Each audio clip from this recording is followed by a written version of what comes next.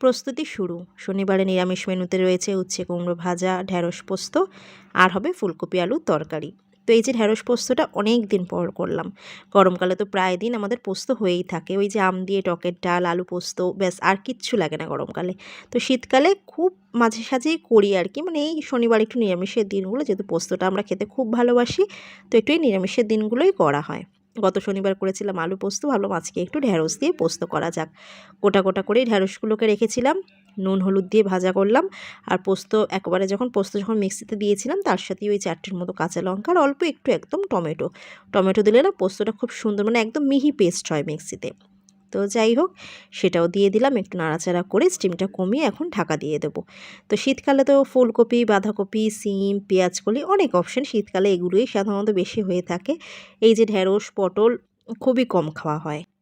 তো এদিকে ঢ্যাঁড়স পোস্ত তো আমার হয়ে এসেছে, আর পোস্ত মানেই তো লাস্টের কাঁচা সর্ষের তেলের এই যে ঝাঁঝটা অপূর্ব লাগে। আর করলাম ফুলকপি আলুর তরকারি, উচ্ছে কুমড়ো ভাজা আর ঢ্যাঁড়স পোস্ত।